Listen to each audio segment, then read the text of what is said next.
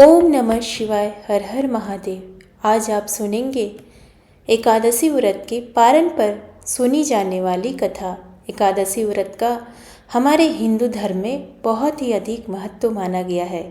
एकादशी का व्रत रखने वाला व्यक्ति अपने जीवन के समस्त सुखों का भोग करता हुआ अंत में मोक्ष को प्राप्त होता है। एकादशी का व्रत पूरे नियम अनुसार रखा जाता है और द्वादशी के दिन स्नान आदि से निवृत्त होकर भगवान श्री हरि विष्णु, लक्ष्मी माता और तुलसी माता की पूजा अर्चना करने के बाद में पारण की कथा सुनकर ही व्रत का पारण किया जाता है। जो मनुष्य द्वादशी तिथि के दिन भगवान श्री हरि विष्णु की पूरे विधि विधान से पूजा करता है और उनकी कथाओं को सुनता है, उसकी सारी मनोकामनाएं पूर्ण होती है। इसलिए हर विष्णु भक्त को एकादशी के दिन व्रत रखकर द्वादशी के दिन भली भांति श्री हरि विष्णु भगवान, माता लक्ष्मी और तुलसी माता की पूजा अर्चना करनी चाहिए। उसके बाद में उनकी कथाओं को सुनकर व्रत का पारण करना चाहिए। व्रत का पारण करने से पहले राजा अम्बरीश की कथा कही और सुनी जाती है।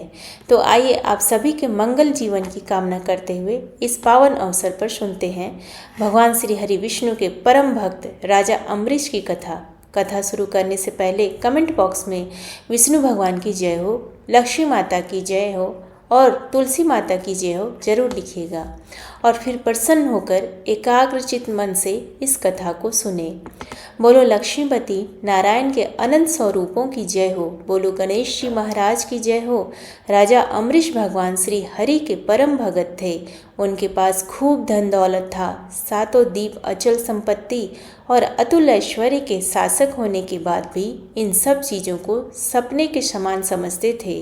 राजा अम्बरीश का मानना था कि जिस धन वैभव के लोभ में पड़कर मनुष्य घोर नरक में जाता है, वह केवल 4 दिन की चांदनी होती है। राजा अम्बरीश का भगवान श्री कृष्ण में और उनके प्रेमी साधुओं में परम प्रेम था। उन्होंने अपने मन को श्री कृष्ण के चरणों में और वाणी को भगवान के गुणों का गान करने में, हाथों को श्री हरि के मंदिर में मार्जन में और अपने कानों को भगवान की मंगल कथा के सुनने में लगा रखा था।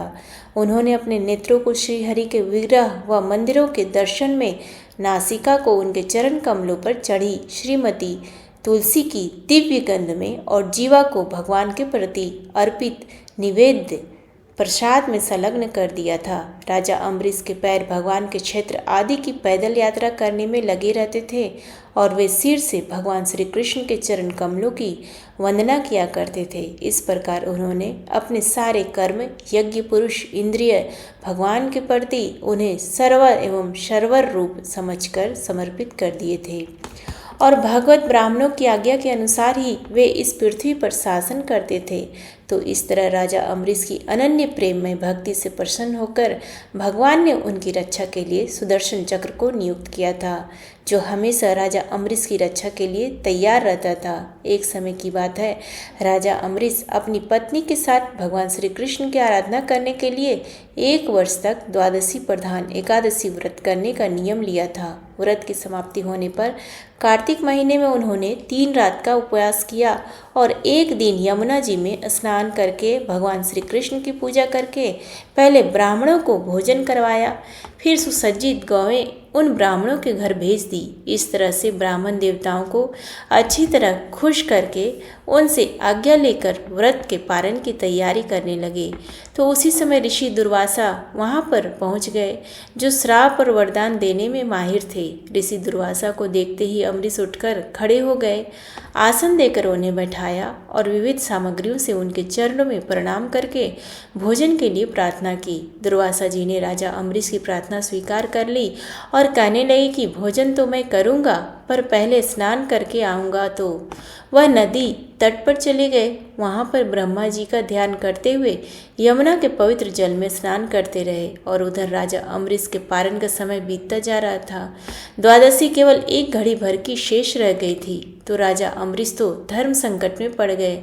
तो ब्राह्मणों से परामर्श करने के लगे, कहने लगे कि ब्राह्मण देवताओं, ब्राह्मण को बिना भोजन करवाए स्वयं खा लेना और द्वादशी रहते पारण ना करना दोनों में ही दोष है। इसलिए आप मुझे ऐसा कोई उपाय बताओ जैसा करने में मेरी भलाई हो और मुझे पाप ना लगे। मुझे क्या करना चाहिए? तो सारे ब्राह्मण विचार करने लगे कि श्रुति में हो ऐसा कहा गया है कि जल पी लेना भोजन करना भी है और नहीं करना भी है, इसलिए इस समय तुम जल से पारण कर लो। तो ऐसा निश्चय करके मन ही मन भगवान का चिंतन करते हुए राजा अम्बरीश ने जल पी लिया और फिर दुर्वासा जी के आने का इंतजार करने लगे। दुर्वासा जी आवश्यक कर्मों से निवृत्त होकर यमुना तट से लौट आए।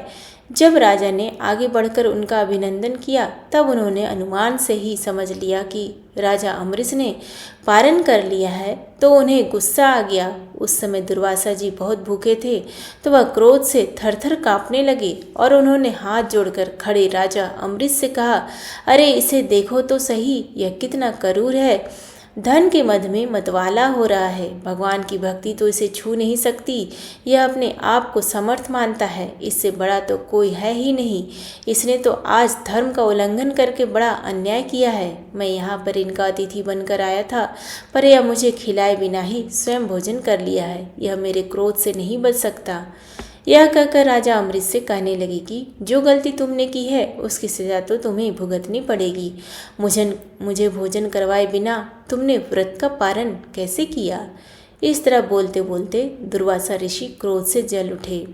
उन्होंने अपनी एक जटा उखाड़ी और जमीन पर डाल दी। उससे एक राक्षसी उत्पन्न हुई।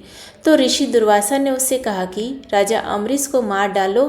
तो वह आग के समान जलती हुई हाथ में तलवार लेकर राजा अम्बरीश पर टूट पड़ी। परम पुरुष परमात्मा ने अपने सेवक की रक्षा के लिए पहले ही सुदर्शन चक्र को नियुक्त कर रखा था।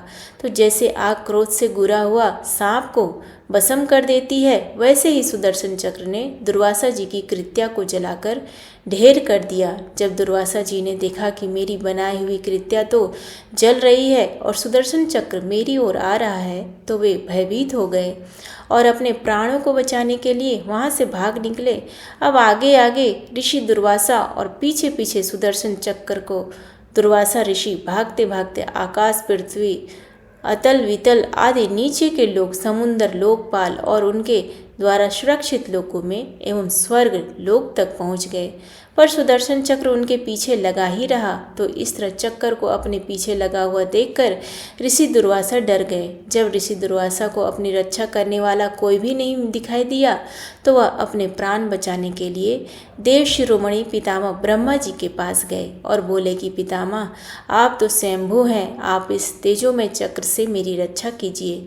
तो पितामह ने कहा कि दुर्वासा जी, मैं शंकर जी की, दक्ष, मर्ग आदि प्रजापति, भूतेश्वर आदि सब जिनके बनाए नियमों में बंधे हैं तथा जिनकी आज्ञा सिरोधार्य करके हम लोग संसार का हित करते हैं, उनके भगत के द्रोही को बचाने में हम समर्थ नहीं हैं। जब पितामह ने इस प्रकार से दुर्वासा जी को निराश कर दिया, तो वह भगवान के चक्र से डरे हुए कैलाशवासी भगवान शंकर के शरण में गए। तो शंकर जी से जाकर रक्षा की गुहार लगाई। तो शंकर जी ने कहा कि दुर्वासा जी, जिनसे पैदा हुए अनेकों ब्रह्मांड में हमारे जैसे हजारों चक्र काटते हैं, यह चक्र उन्हीं विश्वेश्वर का सृजन है। तो अपनी जान बचाने के लिए आप उन्हीं की शरण में जाओ। विष्णु भगवान ही तुम्हारा मंगल कर सकते हैं। तो शंकर जी की बात सुनकर निराश होकर दुर्वासा जी श्री हरि के परम धाम बैकुंठ की ओर भाग पड़े। ऋषि दुर्वासा भगवान के चक्र की आग से जल रहे थे। वे बैकुंठ पहुंचते ही भगवान के श्री चरणों में गिर पड़े। उन्होंने कहा कि हे अच्युत, हे अनंत, आप संतों के एकमात्र इच्छित हैं, प्रभु संपूर्ण जगत के जीवन दाता है। मैं अपराधी हूँ, आप मेरी रक्षा कीजिए। आपका परम प्रभाव ना जानने के कारण मैंने आपके प्यारे भक्त का अपराध किया है। प्रभु आप मुझे बचाइए। तो श्री भगवान जी बोले कि दुर्वासा जी, मैं तो सर्वथा भक्तों के अधीन हूँ, मुझ में तनिक भी स्वतंत्रता नहीं है। जो भक्त स्त्री, पुरुष, ग्रह, गुरुजन, प्राण तथा इस लोक और परलोक सब को छोड़कर केवल मेरी शरण में आए हैं, उन्हें छोड़ने की तो मैं सोच ही नहीं सकता। तो मैं तुम्हें कैसे बचा सकता हूँ। इसमें कुछ संदेह नहीं है कि ब्राह्मणों के लिए तपस्या और विद्या परम कल्याण के साधन है, परंतु यदि ब्राह्मण उदंड और अन्याय हो जाए तो वे दोनों ही उल्टा फल देने लगते हैं। तो दुर्वासा जी दुखी होकर कहने लगे कि भगवान, कोई तो उपाय होगा जिससे मेरी रक्षा हो सके। मेरा शरीर तो बुरी तरह से जल रहा है। तो विष्णु भगवान कहने लगे कि दुर्वासा जी सुनिए, मैं आपको एक उपाय बताता हूँ जिसका अनिष्ट करने से आपको इस विपत्ति में आना पड़ा। आप उसी के पास जाइए और उनसे क्षमा मांगिए, तभी आपको शांति मिल सकती है। तो इतना सुनते ही ऋषि दुर्वासा उल्टे पांव दौड़ पड़े और भागते भागते राजा अम्बरीश के पास आए और अत्यंत दुखी होकर राजा अम्बरीश के पैर पकड़ने चाहे। तो दुर्वासा जी की यह चेष्टा देखकर राजा अम्बरीश लज्जित होकर कहने लगे कि आप यह क्या कर रहे हैं। आप तो मेरे गुरु हैं और मेरे पैर पकड़कर मुझे क्यों शर्मिंदा कर रहे हैं। तो दुर्वासा ऋषि ने चक्र की ओर इशारा करते हुए कहा कि मुझे इससे बचाइए, मेरी रक्षा कीजिए। तो राजा अम्बरीश भगवान के चक्र की स्तुति करने लगे। राजा अम्बरीश ने कहा कि प्रभु सुदर्शन, आप अग्नि स्वरूप हैं। भगवान के प्यारे 1000 दांतों वाले चक्रदेव, मैं आपको नमस्कार करता हूँ। समस्त अस्त्र शस्त्रों को नष्ट कर देने वाले एवं पृथ्वी के रक्षक, आप इस ब्रह्मांड की रक्षा कीजिए। आप कृपया करके हमारे कुल के भाग्य उदय के लिए दुर्वासा जी का कल्याण कीजिए। हमारे ऊपर यह आपका महान अनुग्रह होगा यदि मैंने कुछ दान किया हो, यज्ञ किया हो अथवा अपने धर्म का पालन किया हो और हमारे वंश के लोग ब्राह्मणों को ही अपना आराध्य देव समझ रहे हो, तो दुर्वासा जी के शरीर की जलन इसी समय मिट जाए। भगवान समस्त गुणों के एकमात्र आश्रय स्थल है। यदि मैंने समस्त प्राणियों की आत्मा के रूप में उन्हें देखा हो और वे मुझ पर प्रसन्न हो, तो दुर्वासा जी की हृदय की सारी जलन मिट जाए। जब राजा अम्बरीश ने सुदर्शन चक्र की इस प्रकार स्तुति की तो उनकी प्रार्थना से वह चक्र शांत हो गया और दुर्वासा जी चक्र की आग से मुक्त हो गए। उनका चित्त स्वस्थ हो गया और वे राजा अम्बरीश को अनेकों उत्तम आशीर्वाद देते हुए उनकी प्रशंसा करने लगे। दुर्वासा जी ने कहा कि धन्य है, आज मैंने भगवान के प्रेमी भक्तों का महत्व देखा। राजन, मैंने आपका अपमान किया, फिर भी आप मेरे लिए मंगल कामना कर रहे हैं। महाराज अम्बरीश, आपका हृदय करुणा भाव से परिपूर्ण है। आपने मेरे ऊपर महान अनुग्रह किया है। आपने मेरे अपराध को भुलाकर मेरी रक्षा की है। जब से ऋषि दुर्वासा के पीछे वह सुदर्शन चक्र पड़ा था और वह अपने जीवन की रक्षा के लिए भाग रहे थे, तो सभी देवी देवताओं के पास जाकर राजा अम्बरीश के पास लौट कर आए। तब तक 1 साल का समय व्यतीत हो चुका था, फिर भी राजा अम्बरीश ने भोजन नहीं किया था। वे ऋषि दुर्वासा के लौटने का इंतजार कर रहे थे, तो उन्होंने दुर्वासा जी के चरण पकड़ लिए और उन्हें प्रसन्न करके विधि पूर्वक भोजन करवाया। तो यह देखकर दुर्वासा ऋषि बहुत ही खुश हुए। राजा अम्बरीश के गुणों की प्रशंसा करते हुए उनसे अनुमति लेकर आकाश मार्ग से प्रस्थान कर गए। इस तरह ऋषि दुर्वासा के प्रसन्नतापूर्वक चले जाने के बाद में राजा अम्बरीश ने अपने परिवारजनों के साथ बड़े ही प्रेम पूर्वक भोजन किया। कुछ साल बीतने के बाद में राजा अम्बरीश अपने ही समान भक्त पुत्रों पर राज्य का भार छोड़कर स्वयं वन में चले गए। वहां वे बड़ी ही धीरता के साथ आत्मस्वरूप भगवान में अपना मन लगाकर गुणों के प्रवाह रूपी संसार से मुक्त हो गए। भगवान श्री हरि विष्णु के परम भक्त राजा अम्बरीश की इस कथा को द्वादशी के दिन सुनने पर भगवान श्री हरि विष्णु बहुत ही प्रसन्न होते हैं और अपने भक्तों पर हमेशा अपना आशीर्वाद बनाए रखते हैं। बोलो विष्णु भगवान की जय हो। अब सुनते हैं श्री हरि विष्णु भगवान के परम भक्त अक्रूर जी की स्तुति की, किस तरह उन्होंने भगवान की स्तुति करके उन्हें प्रसन्न किया। तो आप सभी भक्तजन इन्हें श्रद्धा भाव से पूरा सुने और कथा शुरू करने से पहले कमेंट बॉक्स में विष्णु भगवान के अनंत स्वरूपों की जय हो जरूर लिखें। बोलो श्री हरि विष्णु भगवान के अनंत स्वरूपों की जय हो।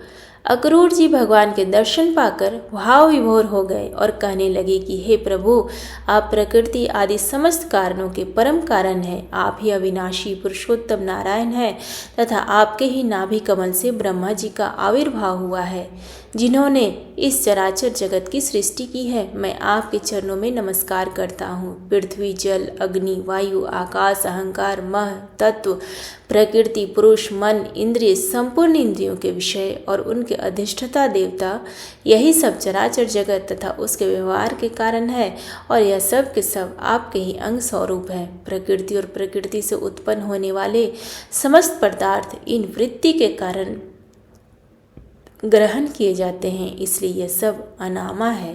अनामा होने के कारण जड़ है और इसलिए आपका स्वरूप नहीं जान सकते, क्योंकि आप तो स्वयं आत्मा है। ब्रह्मा जी अवश्य ही आपके स्वरूप है, परंतु वे प्रकृति के गुण रज से युक्त हैं, इसलिए वे भी आपकी प्रकृति का और उसके गुणों से परे का स्वरूप नहीं जानते हैं। साधु योगी स्वयं अपने अंतःकरण में स्थित अंतर्यामी के रूप में, समस्त भूभौतिक पदार्थों में व्याप्त परमात्मा के रूप में और सूर्य चंद्र अग्नि आदि देवमंडल में स्थित इष्ट देवता के रूप में तथा उनके साक्षी महापुरुष एवं नियंता ईश्वर के रूप में साक्षात आपकी ही उपासना करते हैं। बहुत से कर्मकांडी ब्राह्मण कर्म मार्ग का उपदेश करने वाली त्रिविद्या के द्वारा, जो आपके इंद्र अग्नि आदि अनेक देववाचक नाम तथा वज्र हस्त सतारचा आदि अनेक रूप बतलाती है, बड़े बड़े यज्ञ करते हैं और उनसे आपकी ही उपासना करते हैं। बहुत से ज्ञानी अपने समस्त कर्मों का संन्यास कर देते हैं और शांत भाव में स्थित हो जाते हैं। वे इस प्रकार ज्ञान यज्ञ के द्वारा ज्ञान स्वरूप आपकी ही आराधना करते हैं और भी बहुत से संस्कार संपन्न अथवा शुद्ध चित्त वैष्णव जन आपकी बतलाई हुई 5 रात्र आदि विविध हो से तन्मय होकर आपके चतुर्ग्रह आदि अनेक और नारायण रूप एक स्वरूप की पूजा करते हैं। भगवान दूसरे लोग शिव जी के द्वारा बतलाए हुए मार्ग से, जिसके आचार्य भेद से अनेक अवान्तर भेद भी है, शिव स्वरूप आपकी ही पूजा करते हैं। स्वामीन, जो लोग दूसरे देवताओं की भक्ति करते हैं और उन्हें आपसे भिन्न समझते हैं, वे सब भी वास्तव में आपकी ही आराधना करते हैं, क्योंकि आप ही समस्त देवताओं के रूप में हैं और सर्वेश्वर भी हैं। प्रभु, जैसे पर्वतों से सब और बहुत सारी नदियाँ निकलती हैं और वर्षा के जल से भरकर घूमती घाम समुद्र में प्रवेश कर जाती है, वैसे ही सभी प्रकार के उपासना मार्ग घूम घाम कर देर सवेर आपके पास ही पहुँच जाते हैं। प्रभु, आपकी प्रकृति के 3 गुण हैं, सत रज और तम। ब्रह्मा से लेकर स्थावर पर्यंत संपूर्ण चराचर जीव प्राकृत है। जैसे वस्त्र सूत्रों से ओतप्रोत रहते हैं, वैसे ही यह सब प्रकृति के उन गुणों से ओतप्रोत है, परंतु आप सर्वस्वरूप होने पर भी उनके साथ लिप्त नहीं हैं। आपकी दृष्टि निर्लिप्त है, क्योंकि आप समस्त वृत्तियों के साक्षी हैं। यह गुणों के प्रभाव से होने वाली सृष्टि अज्ञान मूलक है और वह देवता, मनुष्य, पशु, पक्षी आदि समस्त योनियों में व्याप्त है, परंतु आप उनसे सर्वथा अलग है, इसलिए मैं आपको नमस्कार करता हूँ। अग्नि आपका मुख है, पृथ्वी चरण है, सूर्य और चंद्रमा नेत्र है, आकाश नाभि है, दिशाएं कान है, स्वर्ग शिर है, देवेंद्र गणु है, समुद्र कोक है और यह वायु आपकी प्राण शक्ति के रूप में उपासना के लिए कल्पित हुई है। वृक्ष है और औषधियाँ रोम है, मेघ सिर के केस हैं, पर्वत आपके अस्थि समूह है और नख है दिन और रात पलकों का खोलना और मचना। प्रजापति जनेन्द्र है और वृष्टि ही आपका विरय है। हे अविनाशी भगवान, जैसे जल में बहुत से जलचर जीव और गुलर के फलों में नन्हे नन्हे कीट रहते हैं, उसी प्रकार उपासना के लिए स्वीकृत आपके मनोय पुरुष रूप में अनेक प्रकार के जीव जंतुओं से भरे हुए लोक और उनके लोकपाल कल्पित किए हुए हैं। प्रभु, आप क्रीड़ा करने के लिए पृथ्वी पर जो जो रूप धारण करते हैं, वे सब अवतार लोगों के शोक और मोह को धो बहा देते हैं और फिर सब लोग बड़े आनंद से आपके निर्मल यश का गान करते हैं। प्रभु, आपने वेदों, ऋषियों, औषधियों और सत्यव्रत आदि की रक्षा दीक्षा के लिए मत्स्य रूप धारण किया था और परले के समुद्र में स्वच्छंद विहार किया था। मैं आपके मत्स्य रूप को नमस्कार करता हूँ। आपने ही मधु और कैटव नाम के असुर का संहार करने के लिए हैग्रीव अवतार ग्रहण किया था। मैं आपके उस रूप को भी नमस्कार करता हूँ। आपने ही वह विशाल कच्छ रूप ग्रहण करके मंदराचल को धारण किया था। आपको मैं बारंबार नमस्कार करता हूँ। आपने ही पृथ्वी के उद्धार की लीला करने के लिए वराह रूप स्वीकार किया था। आपको मेरा बारंबार नमस्कार है। प्रहलाद जैसे साधु जनों का भय मिटाने वाले प्रभु, आपके उस अलौकिक नरसिंह रूप में को मैं नमस्कार करता हूँ। आपने वामन रूप ग्रहण करके अपने पंगोडलिया लिए थे, मैं आपको नमस्कार करता हूँ। धर्म का उल्लंघन करने वाले घमंडी क्षत्रियों के वन का छेदन कर देने के लिए आपने रघुपति परशुराम का रूप ग्रहण किया था, मैं आपके उस रूप को भी नमस्कार करता हूँ। रावण का नाश करने के लिए आपने रघुवंश में भगवान राम के रूप में अवतार ग्रहण किया था, मैं आपको नमस्कार करता हूँ। वैष्णव जनों तथा यदुवंशियों का पालन पोषण करने के लिए आपने ही अपने को वासुदेव, शंकरषण, परदुम और अनिरुद्ध इस चतुग्रह के रूप में प्रकट लिया था, मैं आपको बारंबार नमस्कार करता हूँ। दैत्य और दानवों को मोहित करने के लिए आप शुद्ध अहिंसा मार्ग के प्रवर्तक बुद्ध का रूप ग्रहण करेंगे, मैं आपको नमस्कार करता हूँ। और पृथ्वी के क्षत्रिय जब मलिज प्राय हो जाएंगे तब उनका नाश करने के लिए आप ही कल्कि के रूप में अवतरित होंगे, मैं आपको उस रूप को भी नमस्कार करता हूँ। भगवान, यह सब के सब जीव आपकी माया से मोहित हो रहे हैं और इस मोह के कारण ही यह मैं हूँ, यह मेरा है, इस झूठे दुराग्रह में फंसकर कर्म के मार्गों में भटक रहे हैं। मेरे स्वामी, इस प्रकार मैं भी सौजनों में दिखने वाले पदार्थों के समान झूठे देव, पत्नी, पुत्र और धन, सौजन आदि को सत्य मानकर उन्हीं के मुंह में फंसा रहता हूँ और भटक रहा हूँ। मेरी मूर्खता तो देखिए प्रभु, मैंने अनित्य वस्तुओं को नित्य, अनामा को आत्मा और दुख को सुख समझ लिया। भला इस उल्टी बुद्धि की भी कोई सीमा है? इस प्रकार अज्ञान व सांसारिक सुख दुख आदि द्वंद्व में ही रम गया है और यह बात बिल्कुल भूल गया हूँ। आप ही हमारे सच्चे प्यारे हैं। जैसे कोई अनजान मनुष्य जल के लिए तालाब पर जाए और उसी से पैदा हुए शिवार आदि घास से ढका देखकर ऐसा समझ ले कि जहाँ जल नहीं है तथा सूर्य की किरणों में झूठ मूठ प्रतीत होने वाले जल के लिए मृग तृष्णा की ओर दौड़ पड़े, वैसे ही मैं अपनी ही माया से छिपे रहने के कारण आपको छोड़कर विषयों में सुख की आशा से भटक रहा हूँ।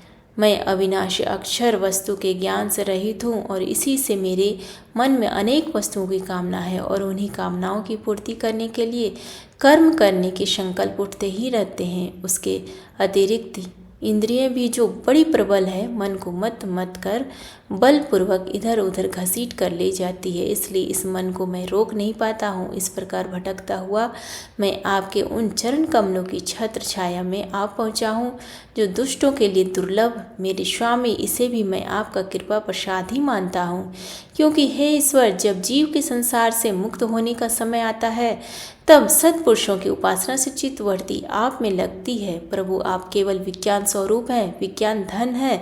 जितनी भी प्रतीतियाँ होती हैं, जितनी भी वृत्तियाँ, उन सब के आप ही कारण है, अधिष्ठान है।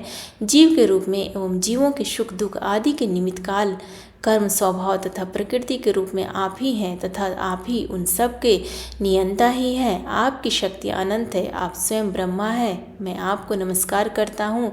प्रभु, आप ही वासुदेव, आप ही समस्त जीवों का आश्रय हैं तथा आप ही बुद्धि और मन के अधिष्ठात्री देवता ऋषिकेश हैं। मैं आपको बारंबार नमस्कार करता हूँ। प्रभु, आप मुझ शरणागत की रक्षा कीजिए। अब एक कहानी सुनते हैं तुलसी माता की। बोलो तुलसी माता की जय हो।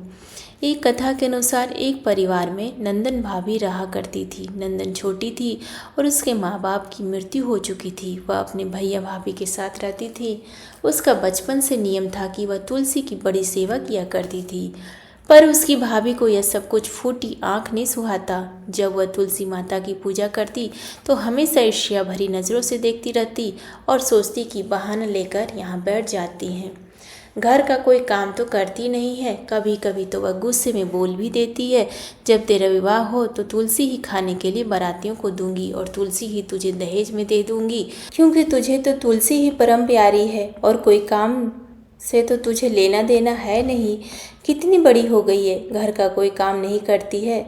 तो वह बेचारी मासूमियत से सुनकर चुप हो जाती, अपनी भाभी को कुछ नहीं कहती। इसी तरह समय के साथ वह बड़ी हो गई तो उसके भैया ने उसके लिए अच्छा सा घर देखकर रिश्ता तय कर दिया और शुभ मुहूर्त देखकर उसका विवाह भी तय कर दिया। जिस दिन उसकी शादी होनी थी तो उसका भाई जैसे ही बारातियों के लिए कुछ खाने की पीने का प्रबंध करता तो उसकी पत्नी मना कर देती और उसने कहा कि अगर तुमने ऐसा कुछ किया तो मैं घर छोड़कर चली जाऊंगी। तो अपनी पत्नी का इतना रूखा व्यवहार देखकर वह बड़ा ही दुखी रहता कि बारातियों को मैं क्या खिलाऊंगा, उनका स्वागत सत्कार कैसे करूंगा। जैसे ही बारात घर के सामने आए तो उसकी पत्नी ने तुलसी के गमले को उठाया और बारातियों के सामने उसके टुकड़े टुकड़े करके रख दिए। तो तुलसी माता की कृपा से वे टुकड़े स्वादिष्ट व्यंजनों में बदल गए। फिर वह भाभी अपनी ननद के पास आई और तुलसी माता की मंजरी लाकर उसके माथे पर, कानों पर, गले में सजा दी और कहने लगी कि तुलसी से प्यारा तुम्हें कुछ नहीं है, इसलिए यही तुम्हारे गहने हैं, इन्हें पहनकर चली जाओ। वस्त्रों के स्थान पर तुलसी का जनेऊ उतार कर रख दिया। तो तुलसी माता की कृपा से जहाँ जहाँ उसने वह मंजरी पहनी थी वह सारे के सारे सोने के जेवरात बन गए और जहाँ पर जनेऊ रखा था वह जनेऊ रेशमी वस्त्रों में बदल गया। तो यह देखकर उसकी भाभी को बड़ी ही हैरानी हुई और उसका भाई मन ही मन बहुत ही खुश हो रहा था। अब वह तो ससुराल के लिए रवाना हुई तो उसके साथ तो खूब दान दहेज था। ससुराल पहुंचते ही बहुत बड़ाई हुई तो यह देखकर उसकी भाभी को बड़ी ही हैरानी हुई। सोचने लगी कि तुलसी की पूजा का इतना महत्व है तो उसकी एक लड़की थी, तो वह सोचने लगी कि मैं भी इससे तुलसी की पूजा करवाऊंगी तो इसको भी खूब धन दहेज मिलेगा। तो वह अपनी लड़की से कहती कि बेटा तुम भी तुलसी की सेवा किया कर, देख तेरी बुआ किस तरह तुलसी की सेवा करती थी तो खूब सारा दान दहेज लेकर गई है।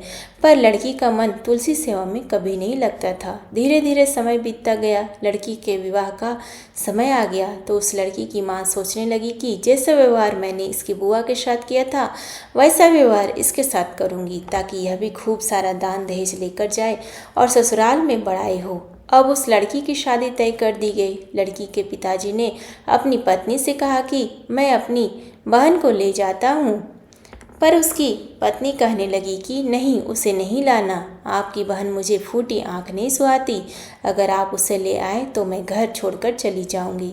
तो वह बेचारा मायूस होकर रह गया। अब जिस दिन बारात आनी थी तो लड़की का पिताजी बारात के स्वागत सत्कार के लिए तैयारियां करने लगे। तो उसकी पत्नी कहने लगी कि यह सब कुछ रहने दो, मैं अपने आप संभाल लूँगी, आपको चिंता करने की कोई ज़रूरत नहीं है। जैसे ही बारात आई तो उस लड़की की माँ ने तुलसी का गमला फोड़कर बारातियों के सामने रख दिया और तुलसी की मंजरी अपनी बेटी के गमले में, कानों में, करधनी में, पैरों में सब जगह रख दी। पर इस बार तुलसी माता का प्रकोप हुआ, गमले की मिट्टी वैसी की वैसी ही रही। तो सारे बाराती नाराज हो गए और सारे के सारे कहने लगे कि हमें इस तरह बदनाम करने के लिए यहाँ बुलाया था, और जो मंजरी अपनी बेटी के कानों में, पैरों में डाली थी तो पैरों में डालने के कारण तुलसी माता का अपमान हुआ तो सारी की सारी मंजरी मुरझा कर लटक गई। इस तरह का व्यवहार देखकर बाराती दूल्हा और दूल्हे के पिताजी सारे नाराज हो गए और उन्हें अपशब्द कहने लगे। दूल्हे के पिताजी ने पहले तो कहा कि बारात खाली वापस जाएगी, पर बाद में सोचा कि गांव में बदनामी होगी तो अपने बेटे की शादी कराई और लड़की को विदा करके चल पड़े। तो यह सब कुछ देखकर उसके पति को बहुत ही दुख हुआ। उसे अपनी बहन की बहुत याद आ रही थी। तो उसने अपनी पत्नी से कहा कि अगर तुम कहो तो मैं अपनी बहन से मिलाऊं। तो वह कहने लगी कि हाँ ज़रूर मिलाओ, पर यहाँ पर लेकर आने की कोई ज़रूरत नहीं है। तो उसका पति कहने लगा कि मेरी बहन के लिए कुछ रख दो, खाली हाथ कैसे जाऊं। तो उसकी पत्नी ने थैले में ज्वार भरकर कहा कि यह ले जाओ, और हमारे यहाँ कुछ भी नहीं है जो तुम्हारी बहन को दे सके, वह तो वैसे ही धनवान है। तो बेचारा ज्वार से भरी थैली लेकर दुखी मन से चल दिया और मन ही मन सोचने लगा कि कोई भाई भी कभी अपनी बहन के घर ज्वार लेकर जाता है। इस तरह सोचता हुआ वह गौशाला के आगे से गुजरने लगा तो उसने उस थैले को गाय के सामने ले जाकर उलट दिया। तो गोपालक ने यह देखकर कहा कि भाई तुम सोना मोती गाय के आगे क्यों डाल रहे हो। तो वह कहने लगा कि भाई काहे कि सोना मोती जा रहा, तुम्हें क्या बताऊं, मेरी पत्नी को मेरी बहन फूटी आंख नहीं सुहाती। जब से शादी करके गई है तब से मायके का मुंह नहीं दिखा है, और आज जब मैं उससे मिलने के लिए जा रहा था तो सौगात मांगी थी तो उसने ज्वार से भरकर थैली दे दी। अब कोई भाई कभी अपनी बहन के यहाँ ज्वार लेकर जाता है क्या। ऐसा कहते कहते उसकी आंखों में आंसू आ गए। तो गोपालक कहने लगा कि भाई देख, यह तो हीरे मोती हैं। तो यह देखकर वह बहुत ही खुश हुआ और जल्दी जल्दी हीरे मोती थैली में डाले और प्रसन्न मन से अपनी बहन के घर चला गया। बहन अपने भाई को देखकर बहुत ही खुश हुई और अपने भाई की खूब आवभगत भी की। फिर भाई ने जैसे ही वह हीरे मोतियों से भरी हुई थैली अपनी बहन को दी तो बहन ने कहा कि भैया यह सब कुछ क्यों लेकर आए हो। तो वह अपनी बहन को सारी बात बताते हुए कहने लगा कि बहन, यह तुम्हारे भाग्य में लिखा है, तुम्हारी भाभी ने तो तुम्हारे लिए ज्वार भेजी थी और देखो तुलसी माता ने तुम्हारे लिए उस ज्वार को हीरे मोतियों में बदल दिया है। मैं बहुत ही खुश हूँ कि मेरी बहन आज बहुत ही सुखी है। हे तुलसी माता, जैसे आपने उस बहन को दिया वैसे सबको देना। जो भी आपकी सच्चे मन से सेवा करे, पूजा करे और व्रत रखे। अब अपने सुनते हैं लपसी और तपसी की कहानी। बोलो लपसी तपसी की जय हो। पुराने समय की बात है, एक गांव में एक ब्राह्मण परिवार रहा करता था। उसमें पति पत्नी के अलावा उनके 2 बच्चे थे। एक बेटा था, एक बेटी थी। ब्राह्मण दंपति बहुत ही सरल स्वभाव के थे। समय मिलने पर प्रभु का स्मरण किया करते थे। उनकी बेटी बहुत ही संस्कारी और सुशील थी, लेकिन उनका बेटा आवारा किस्म का था। वह कोई काम नहीं करता था और ना ही कभी अपने माँ बाप का कहना मानता था। समय के साथ दोनों बहन भाई बड़े हो गए। बहन की शादी कर दी गई, पर भाई का वही हाल था। उसके माँ बाप ने उसे समझाया कि बेटा, अब हम वृद्ध हो चले हैं, तुम कोई काम कर लिया करो, लेकिन उस पर उसकी कोई असर नहीं होता था। तो एक दिन ब्राह्मणी अपने पति से कहने लगी कि स्वामी, आप बिल्कुल काम छोड़ दीजिए। जब घर में कुछ भी नहीं होगा तो यह अपनी जिम्मेवारी समझेगा और काम पर चला जाएगा। तो ब्राह्मण ने दूसरे दिन से काम पर जाना छोड़ दिया। तो यह देखकर उनके बेटे ने कोई काम नहीं किया और चोरी करने लगा। आते जाते राहगीरों को लूट लेता और उसी से अपने घर का गुजारा किया करता था। तो उसकी लूटने और चोरी करने की आदत से सारे गांव वाले उसे लपसी कहने लगे। तो लपसी की इस हरकत से उसके माँ बाप बहुत ही दुखी रहते थे, पर वह किसी की सुनने के लिए तैयार नहीं था। इसी तरह समय बीतता गया। एक दिन की बात है, लपसी एक पीपल के पेड़ पर बैठा था। तभी शिव पार्वती जा रहे थे। पार्वती माता गहनों से लदी हुई थी। तो लपसी उन्हें देखकर सोचने लगा कि इस औरत के कितने गहने हैं। आज यह सारे के सारे गहने लूट लूंगा तो मुझे कई महीनों तक चोरी नहीं करनी पड़ेगी। तो वह लूटने के इरादे से पीपल की ओट में होकर बैठ गया। जैसे शिव पार्वती वहां से जाने लगे तो लपसी एकदम से शिव पार्वती के सामने आकर कहने लगा कि जल्दी से जितने सारे गहने हैं पहने रखे हैं उतार दो। तो पार्वती माता कहने लगी कि तुम चोरी क्यों करते हो, तुम्हें पता है चोरी करना पाप है। तो लपसी कहने लगा कि क्या करूं, घर पर मेरे माँ बाप है, मेरी एक भांजी है, उनके लिए दोनों समय भोजन की व्यवस्था कहाँ से करूं, मुझे कोई काम तो आता नहीं है। लपसी की बात सुनकर पार्वती माता कहने लगी, तुम जो चोरी करके पाप करते हो, इस पाप का भागी कौन बनेगा। तो लपसी कहने लगा कि मेरे घर वाले सारे बनेंगे। तो पार्वती माता कहने लगी कि कोई नहीं बनेगा, पाप के भागी केवल तुम बनोगे।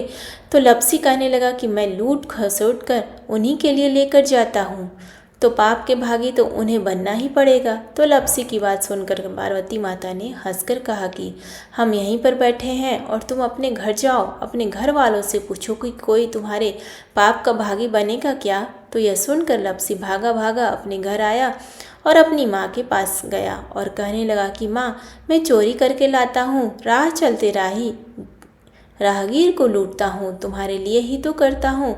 तो तुम मुझे एक बात बताओ, चोरी करने से जो पाप लगता है तो आप मेरे पाप के भागी बनोगी।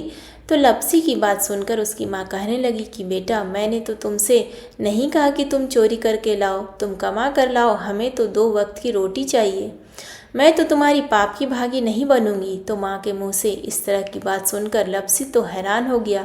फिर वह अपने पिताजी के पास गया और जाकर कहने लगा कि पिताजी, मैं तो कुछ भी लूट खसोट के लाता हूँ, वह आपके लिए ही तो लाता हूँ। देखो मैंने लूट कर कितना धन इकट्ठा कर लिया है, कितने ऐसो आराम है तुम्हारे। अगर मैं चोरी नहीं करता तो क्या यह सब हमें मिलता। पिताजी, मैं तुमसे एक बात पूछता हूँ कि चोरी करने से पाप लगता है तो उस पाप में आप मेरे भागीदार बनोगे क्या। तो लपसी की बात सुनकर उसके पिताजी कहने लगे कि बेटा, मैंने नहीं कहा कि तुम चोरी करके लाओ, तुम कमा कर लाओ, मैं तुम्हारे पाप का भागी नहीं बनूंगा। तो माँ बाप के मुंह से इस तरह की बात सुनकर वह बहुत उदास हुआ और सोचने लगा कि मैं कितने महीनों से चोरी कर रहा हूँ, न जाने मुझ पर कितना पाप चढ़ गया है, और यह तो बोल रहे हैं कि पाप के भागी हम नहीं बनेंगे, तो अब क्या होगा। तो वह बड़े ही दुखी मन से शिव पार्वती से मिलने के लिए चल पड़े। जैसे ही घर से बाहर निकलने लगा तो उसकी छोटी सी भांजी दरवाजे पर खेल रही थी। उसे पता नहीं था कि पाप पुण्य क्या होता है। तो वह कहने लगी कि मामा, पाप की भागी मैं बनूंगी। तो उसके इस तरह कहते ही लपसी ने उसे गोद में उठाया और चल पड़ा। शिव जी भगवान और माता पार्वती के पास जाकर कहने लगी कि कहने लगा कि घर वालों ने पाप का भागी बनने से मना कर दिया और यह एक यही है जो पाप की भागी बनने को तैयार है। फिर लप्सी बड़े ही दीन स्वर में कहने लगा कि हे भगवान, मैं समझ गया हूँ कि चोरी करना पाप है। आज तक जो मैं काम किया करता था वह बहुत ही गलत था, लेकिन अब मैं इसका प्रायश्चित करना चाहता हूँ। अब तुम ही बताओ, मुझे मेरे पापों से मुक्ति कैसे मिलेगी। तो उसकी बात सुनकर शिव पार्वती बहुत ही खुश हुए और लप्सी को कच्चे सूत का एक छोटा सा गोला देते हुए कहा कि लप्सी, यह सूत लो और इस पीपल के चारों ओर परिक्रमा लगाओ। जब यह सूत समाप्त हो जाएगा तब तुम्हारे सारे पाप नष्ट हो जाएंगे। यह सुनकर लप्सी बहुत ही खुश हुआ। सोचने लगा कि छोटा सा गोला है, अभी लपेट कर घर चला जाऊंगा, उसके बाद में कभी कोई पाप नहीं करूंगा। फिर उसने अपनी भांजी को कंधे पर बैठाया और पीपल की परिक्रमा करना शुरू कर दिया। अब भगवान का वह सूत खत्म कहाँ होने वाला था। लप्सी चक्कर लगाता गया, पर वह सूत खत्म नहीं हुआ। चक्कर लगाते लगाते 1 महीने, 6 महीने, साल पूरे हो गए, 12 साल बीत गए, पर वह सूत खत्म नहीं हुआ। 12 साल बाद एक बार फिर शिव पार्वती जी वहाँ से गुजर रहे थे। पार्वती माता ने कहा कि स्वामी चलो लप्सी को चलकर देखते हैं। तो शिव जी कहने लगे, वह चोरी करने वाला, लूटने वाला कब तक चला होगा। तो पार्वती माता कहने लगी कि नहीं स्वामी, चलकर देखने में क्या जाता है, चलो एक बार देखते हैं। तो शिव और पार्वती जी, तो शिव पार्वती जैसे ही पीपल वृक्ष के पास आए तो देखा कि लप्सी तो अब भी चक्कर लगा रहा है। वहाँ चारों ओर गहरी खाई हो गई है। लप्सी की बड़ी बड़ी दाढ़ी, मूछें, नाखून बढ़ गई है। तो यह देखकर माता पार्वती ने कहा कि देखो स्वामी, आप तो कह रहे थे कि वह कब का ही चल गया होगा, देखो इसके मन में सच्ची भक्ति है। तो पार्वती की बात सुनकर शिव जी ने कहा कि चलो अभी देख लेता हूँ। तो यह कहकर शिव जी ने एक सोने का कड़ा लप्सी के आगे फेंक दिया। तो लप्सी ने झट से उसके ऊपर पैर रख लिया और फिर अचानक से उसका ध्यान शिव पार्वती जी की ओर गया। तो वह हाथ जोड़कर कहने लगा कि भगवान, अब तो मेरे पाप समाप्त हो गए होंगे, आप मुझे यहाँ से जाने की आज्ञा दीजिए। आपका यह सूत अभी तक खत्म नहीं हुआ है। तो शिव जी भगवान ने कहा कि तुम्हारे पाप कर्म अभी तक पूरे नहीं हुए हैं। तो शिव जी की बात सुनकर लप्सी कहने लगा कि भगवान, मुझे पूरे 12 वर्ष हो गए हैं आपकी भक्ति करते करते, और अब भी आप मुझ पर शक कर रहे हैं। तो शिव जी ने कहा कि अपना पैर उठाओ। तो जैसे ही लप्सी ने अपना पैर उठाया तो उसके पैर के नीचे सोने का कड़ा था। तो यह देखकर लप्सी शर्मिंदा हो गया और कहने लगा कि प्रभु, गलती हो गई, मुझे माफ़ करो, आगे से मैं ऐसी गलती कभी नहीं करूँगा। तो शिव जी कहने लगे कि नहीं लप्सी, तुम्हारा पाप ऐसे पूरा नहीं होगा, अब तुम्हें 12 वर्ष तक और इसी तरह परिक्रमा करनी होगी, उसी के बाद तुम्हारे पाप समाप्त होंगे। यह कहकर शिव पार्वती वहाँ से चले गए और वह फिर से पीपल के पेड़ की परिक्रमा करता रहा। करते करते 12 साल बीत गए। 12 साल बाद में शिव पार्वती जी वहाँ पर आए तो उन्होंने देखा कि आज भी वह वहीं पर चक्कर लगा रहा है। तो शिव जी ने फिर उसके सामने सोने की अंगूठी फेंकी, पर उसने कोई ध्यान नहीं दिया। तो शिव जी भगवान प्रसन्न होकर कहने लगे कि हे लप्सी, आज से तुम मेरी तपस्या करके तपसी बन गए हो। मैं तुम्हें वरदान देता हूँ कि तुम अपने जीवन में सारे सुखों को प्राप्त करेगा, और तूने 24 वर्ष तक मेरी भक्ति की है, इसका फल भी तुझे अवश्य मिलेगा। जो भी औरत गाय और कुत्ते की रोटी नहीं बनाएगी उसका पुण्य फल तुम्हें मिलेगा। आंगन लीप कर दहलीज नहीं लीपेगी तो उसका पुण्य फल भी तुझे ही मिलेगा। अगर हमारे घर की बहन बेटी को हम छूटती या साड़ी बहन स्वरूप देते हैं तो साथ में मोली का धागा और कुछ रुपए नहीं देंगे तो उसका पुण्य फल भी तुम्हें ही मिलेगा।